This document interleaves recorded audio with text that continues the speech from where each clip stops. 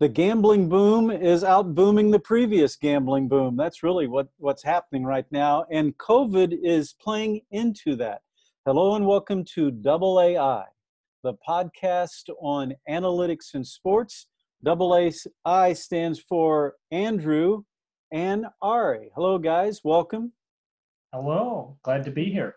Well, we don't do this all the time, but I'm going to be real specific in introducing my two cohorts because it's everything about what we're about now and over the next month till the end of this 2020. One, Ari is Data Robots Director of AI Evangelism and Strategy. He's a data scientist. Andrew, and help me out, Andrew, make sure I get this right, is the Chief Data Scientist at Rasgo AI, correct? Did I get that right? And I have the best seat in the house between two data scientists and a couple of pioneers in analytics and sports betting. And that sets the stage for this. Guys, let's keep it real simple. Major League Baseball teams are hemorrhaging millions and billions of dollars, and sports betting is a needed injection of revenue. Fair, Andrew? Fair enough? Absolutely. And Ari, it's all the more accented because of the virus. Would that be accurate as well? Absolutely, no doubter. All right, so Andrew, walk us through what's happening in the sports economy right now and give us numbers of revenue losses by league so far this season. Right, so the NBA's lost an estimated $1.2 billion so far this year. The NFL is projected to lose $4 billion this year. And leading the way, trailing, Major League Baseball is reporting almost an $8 billion loss. All right, now that's one example of that's gone down. And then, Andrew, in the state of Iowa, it's going up. How about some numbers there? Yeah, I mean, this blows my mind. We've talked about states doing amazing things in gambling over the last couple months. We haven't talked about Iowa, but Iowa and Illinois are kind of hotbeds of sports betting in the Midwest. And Iowa just smashed its numbers in October. They had almost $82 million bet. They generated over $600,000 in tax revenue in that month alone, just from sports betting. Well, and Ari, you're a Jersey native, and Jersey it's the bigger boom than even the boom that we're referring to. And that state's in the process of allowing sports betting on all college games. They want a piece of March Madness, guys. That's really what that's about. But Ari, if you look at what's happening, let's see, in September, the state of New Jersey taking in more than $748 million in bets. And they're expecting bigger numbers when the state's October handle is released later this week. Ari, when you were growing up there, could you have ever imagined a time when Jersey would dwarf Vegas in any form of gambling? Yeah, the short order, no, since Vegas was like the place in the world to go. And when I was early growing up in New Jersey, I'd go to Atlantic City before it was even legal to have gambling. It was couple places for conferences. So I remember going there as a little kid, under 10 years old. And then when Atlantic City came out, I mean, it was challenging. It took a couple decades for it to kind of hold its own and become a destination. But to have these numbers this quickly is something I could never have expected growing up. We see that picture over Ari's shoulder, and that leads us right into. So we're talking about losses by league. We're talking about sports betting's continued boom, and that leads us into the Masters here 2 weeks before Thanksgiving, instead of the Masters back right after March Madness. Normally, we're getting it this week.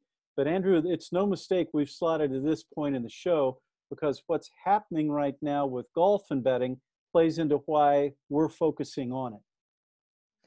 Well, I don't think it surprises anyone that golf is a popular betting sport. I mean, lots of people go out to the golf course and have a wager on their game, right? I mean, this is almost part of golf. But golf is the fourth most popular betting sport at DraftKings. And you can see that they decided to take advantage of, we're talking about the Masters in November, not something they normally get to do. And they said, hey, we have one of the best combinations. People love betting on the NFL. They love betting on gambling. Let's do a multi-sport parlay. So they've created a $100,000 game for those people who want to bet on both activities happening on Sunday. So you can bet on your NFL and your Masters. Well, and William Hill Sportsbooks is already talking about the big three, or in betting already. John Rahm, Tiger Woods, and number 5 is Bryson DeChambeau. Sergio Garcia is already withdrawn because of the virus. Several sports books say that their golfing-related wagering has doubled or tripled from this time a year ago. So imagine what's going on hole by hole of the Masters, or even shot by shot with regard to prop bets. Now, all right, I'm leading into what's happening nationally here, because the recent election also plays into this. States are embracing the potential for sports betting and gambling revenue. Yeah, no, that's great. And I'm just thinking, John Rahm betting hole by hole, shot by shot is, very interesting. Reminds me of when daily fantasy started coming in. And we'll get back. We'll talk more about John Rahm's shot. But yeah, those are more opportunities for betting, for gaming, for fun, and possibly for profit. In golf, you mentioned the election. People even were putting odds on, every slice and dice of the election, president, Senate, House, and so on. So yeah, the appetite for this, as you see here, and even earlier this year, DraftKings and Public, the New Jersey news just keeps getting bigger and bigger. Yeah. Maryland, Louisiana, and South Dakota passed ballot measures. Now, 26 states and Washington, D.C. have legal sports betting. Massachusetts, Ohio, and Hawaii are working on legislation. They want that money to stay home. And in Canada, the province of Ontario last week announced legislation that would create online gambling. They want to keep it at home as well, and that's understandable. Maryland gross revenue from the first full year could be just under 200 million, right at about 185 million. That's roughly 62% of what's happening in Jersey. That's the boom. Now, that's leading to other things, Andrew, and the NBA is embracing it. And one of the teams, one of the states, is jumping in as quickly as possible. You want to explain that? Yeah, absolutely. We've started talking about this with the Wizards in Washington and their sports book, which is actively taking bets despite there being no games. We were telling stories about that. Other teams clearly were watching this and learning from it. Tennessee legalized online sports betting at the beginning of this month, November 1st, and the Grizzlies already have a new deal with FanDuel to begin leveraging against this. Oh, and that's a first. And guys, it seems like every week or each month we're talking about firsts in sports betting, in gaming, in prop betting, in daily fantasy. And it's not just here in North America or the States or Canada. An Australian sports book called Play Up is launching in New Jersey and Colorado. The company raised $25 million to come work here in the States. It has about 300,000 customers in Australia and India. They're a big cricket play company. All right. Now, we're going to talk about the NFL, but we're not going to stop talking about either the virus or sports betting. COVID is stealing the Steelers' undefeated thunder. The league reports nearly half the teams, 15 of 32, have a player, coach, or staffer that's impacted by the virus. Steelers, for example, undefeated halfway through the season. Big Ben, the quarterback, and 3 other players impacted by protocol. Their game is off the board this Sunday for William Hill, and Big Ben still may play. Depends on how things, Coach Tomlin says, depends on how things work out on Saturday. Now, it's interesting to see if the recent fines of the Raiders will have impact. But Andrew, we talked about this before we started recording this here on the Tuesday afternoon. The NFL and college football just seem to be struggling with this. And we've learned lessons from European football. We've learned lessons from the NBA, National Hockey League, and Major League Baseball. But that doesn't seem, based on some of the fines with the Raiders, that it's making the transition into the NFL and to D1 football. Yeah, this is really frustrating. We started this podcast about 6 months ago, and we were talking about the first steps of sports coming back. And we were looking at Europe and European soccer, or European football as they prefer it, as they came back. And they were careful. They had a few minor outbreaks. But we said we had to watch this because this was going to set the precedent for all of the American sports leagues. And then we watched. Major League Baseball came back. They had a few missteps at the beginning, but they had a very successful shortened season. They had very little problem until, unfortunately, the final World Series game. And then on the other hand, the NBA and the WNBA had very successful bubbles down in Florida. The NHL had a very successful bubble up in Canada. I think we have to give kudos to both of those three organizations for how well everything worked out. And then the last ones to come back seem to be the ones with the fewest plans in place and seem to be having the most trouble when clearly they could have learned. Well, the NFL dropped big fines on the Raiders, and they're really not giving us specifics other than the belief that the Raiders are flaunting the rules or just not following them. They fined the Raiders team over $500,000, $550,000, and they fined Coach Gruden $250,000, $250,000, just to get their attention. We'll see. And what's interesting is you have to look around the league.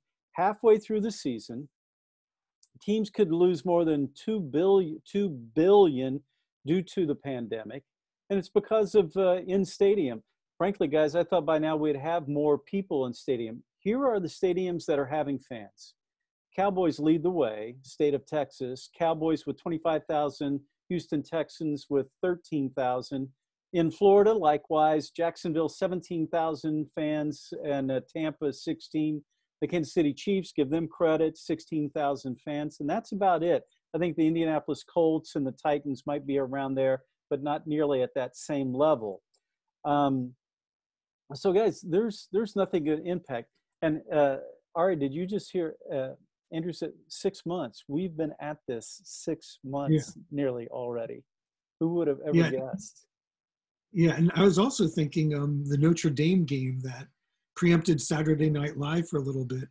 15,000 plus fans and all stormed the field. It was a great game. Was it double overtime or overtime and undefeated ending. But yeah, that was an interesting example of large attendance. Well, and Notre Dame administration has had to bring the hammer down on the students, tell them they can't leave until they're tested, and tracing protocols are put in place. And that game ended up being, I think, the most popular NBC Notre Dame game in 15 years, something like that. Well, guys, that leads us to one thing about the NFL, which we're doing throughout the season. Andrew, you get to go first. One thing about the NFL. Yeah, since we keep talking about interesting bets, and I'm going to branch out a little bit from the NFL and talk a little bit about college football, but it does have an NFL tie. But a better one into the Venetian Hotel and Casino in Las Vegas. William Hill, we've talked about a lot, runs the sports book at the Venetian and placed a $4,000 seven-team money line parlay. The odds of all 7 teams winning outright were roughly 110 to 1. A lot of their picks were uncontroversial, picking Oklahoma, Ohio State, Appalachian State, and Iowa State. And then the Steelers over the Cowboys, who we all thought would be a walkover, as their final game in the 7-game parlay. That would have made for a tense evening for that individual.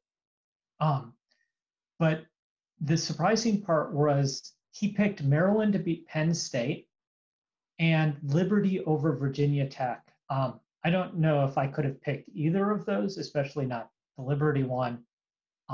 But as the Steelers held on, the man won over $400,000 on the 17 parlay, so it worked out for him. One call out: we have a lot of ties to the Upper Midwest. We have a lot of ties to the Big Ten because of the Upper Midwest here on the podcast. I have to talk about what Maryland did. 2 weeks ago, Maryland was an 18-point underdog against Minnesota and won. And then they were a 27.5-point underdog to Penn State and won. This is the first team who's ever won back-to-back games where they were at least 17-point underdogs. We have to give Maryland credit to playing some amazing football against really good football teams. Well, we got to give our former ACC Maryland and Big East Rutgers are now the beasts of the Big Ten, right? Let's give them credit. And that's fun. I like the way things have played out in college football. All right, Ari, one thing in sports. Oh, I was planning to share my screen. I don't know if you want to give me the access to it. Oh, yeah. We definitely want to do that. And if I want to duck down, people were staring at this thing behind me, John Rahm, and kind of like the World Series final play of Game 4. This was on John's birthday today, his second hole-in-one, and this is the first time in my career I've done a tweet about golf. So I'll just play and let it speak for itself. Skip. Little roller up along first. Behind the ball. Even to get to this point was insane, but you can guess what's coming next. And in hole-in-one, probably the best thing I've ever seen in golf. Improbable, impossible. So I'll leave it at that. So that's my thing of the week. Not quite football, but you did say best one thing in sports. Andrew, I enjoyed Ari's play-by-play. I loved it. I mean, we have to stop. It blew me away when I saw this. Yeah. I know players, right? It's early round. They're practicing. They're playing around. They're trying fun stuff. I remember back when Phil Mickelson was a young golfer, and he talked about how he would go out and he'd spend time trying to figure out stupid ways he could hit the ball, and he'd practice skipping the golf ball off of the water. But I never would have expected to see someone skip it not once but twice for a hole-in-one. Yeah, that's amazing. Networks should play that up, and it's eating up Twitter and social media as we talk, Instagram as well. Well, my one thing is the Steelers could go undefeated the rest of this month and go into the big Thanksgiving night game unbeaten. Now, we already talked about how Big Ben and a couple of the players have some protocol challenges, but think of this. So they're home with Cincinnati this coming weekend, at Jacksonville, then home Thanksgiving night in a rematch with the Ravens. So that's something, that's something to really consider after surviving this past weekend. You know, it's every week teams are getting up to play them, of course, but we could see, and this is the Steelers running the gauntlet to get to a rematch with the Ravens on Thanksgiving night, which would be a big TV night for the National Football League. All right, college football. The SEC, just tip of the iceberg of the confusion and the lack of protocol observance in college football. Alabama LSU scratched this weekend. Texas A&M at Tennessee also. Auburn Mississippi State canceled. On the heels of what was a phenomenal showcase game last weekend, Saturday, Notre Dame and Clemson, most watched game in 15 years on NBC for the Irish, we get a big letdown, guys. And I know this has to, as a fan, in fact, I think here's what's really interesting. I was seeing on Twitter, all right, while we were talking about golf, is this will be the first Saturday of a college football season that CBS does not carry an SEC game. Mm-hmm. I think since they began the contract.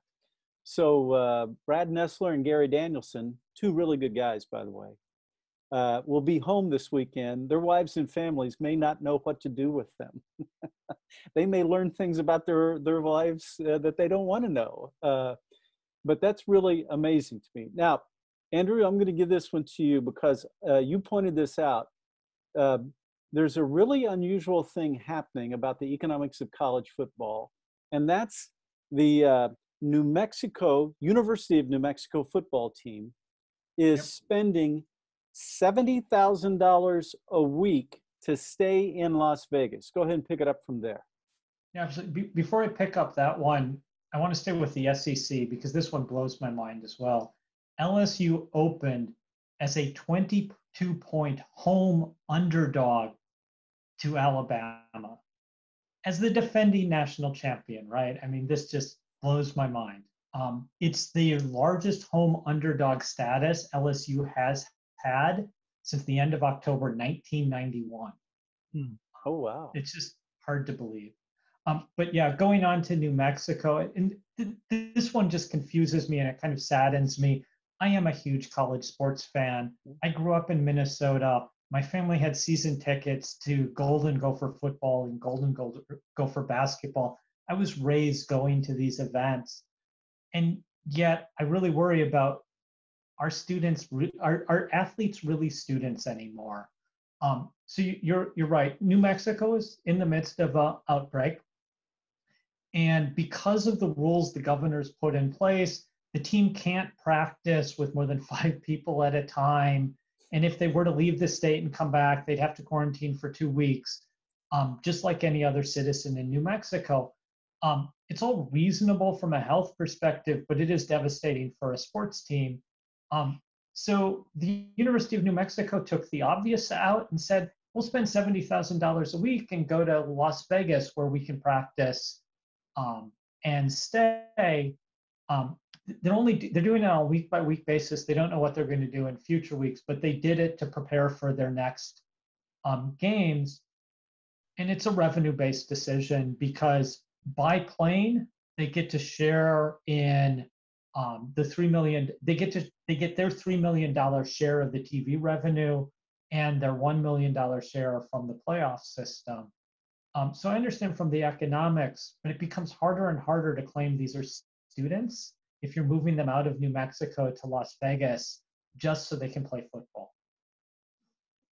Harder to justify that or that classification, but really black and white when you see the need, because otherwise revenue-based decision. All right, that leads. Cut programs because of revenue problems. Oh, so yeah. I understand what the athletic department's doing, Yeah. but it does make me wonder about the university's relationship to this. All right, we were introduced to some Major League Baseball, minor league baseball revenue-based decisions that have been leaked out, and some towns are finding out over the internet through social media whether they have minor league baseball or don't. Can you run us through what the Yankees and Mets have laid out? Because that's just the beginning, the tip of the iceberg again with regard to minor league baseball. What in the world's happening there? Yeah, there's a lot of changes there. Before COVID was announced, about 40 teams were thinking of being like delisted. And then post-COVID, during COVID, didn't have any minor league games played at all. And that, started continuing the motion in place. So the Yankees and the Mets announced or leaked or somehow came to being new affiliation. So the Yankees AAA Scranton Wilkes Barre, AA that used to be in Trenton, right near my hometown of Lawrenceville, moved to Somerset, New Jersey. I was at the very first Trenton game. They hadn't finished the stadium yet. Funny story of how they couldn't change in the locker room. So they used like a Foot Locker, like a store across the street, change and then walk across the street, waiting at the red light. I took pictures of it all. So it was just kind of patchwork, but I was at that first game. So Somerset, high A is in Hudson Valley, low A in Tampa, but they dropped Charleston, South Carolina, which was one of the top minor league locations owned by the Gold Lane Group. Actually, Marvin's a former Yankee minority owner of it. They also own Hudson Valley. If you've heard of Mike Veek, is part of that group. So they ditched Staten Island. Been there, one of the best sightlines in the game. Gary Perone, their GM, been a longtime friend with him, and Trenton and Charleston, South Carolina, and Pulaski, Virginia. And what's interesting is Trenton and Staten Island, the owners said they found out on social media versus, a call and being told first. So big changes in Yankeeville. And for the Mets, just a couple of hours before this podcast, there's a press conference with the new owner, Sandy Alderson. But before that press conference, Sandy announced Mets minor league affiliates, AAA Syracuse, Binghamton, Brooklyn, AA, High A St. Lucie, Kingsport, and Columbia, which has a new stadium, are all gone. So big changes there. And you know what cracks me up about that? As soon as that was announced, the Columbia Fireflies official Twitter said, did we just find out on Twitter? That was the line from, they tweeted out, tough. But that's a lot. That's a lot. Well, guys, we're about to close up shop here for the week. Let's finish with Major League Soccer playoffs. Start in another week. They're considering a bubble format. And here's one of my favorite things of the week. Augusta National announced it will honor Lee Elder with 2 scholarships in his name at Payne College. Payne College is a historical Black college university located in Augusta, Georgia. And they're going to foot the bill for 2 scholarships in his name there. And he will be able to stand next to, I think it's Gary Player and Jack Nicklaus, and be an honorary tee-shot starter next spring. He was the first Black player in the Masters, and long time coming, but doing the right thing, certainly in the middle of what's been going on here lately. So guys, lots to talk about this week, and I have no doubt we'll be talking more about sports betting from now through the end of 2020. All right. Thanks, guys. It's fun. Yeah, a lot to cover. This was a good week. Thank you. Yeah. Well, that'll wrap it up for us. Along with Ari in Chicago and Andrew in San Diego, I'm Phil in Pasadena. This is AAi, the podcast on analytics, and we will see you next week. Thanks for joining us.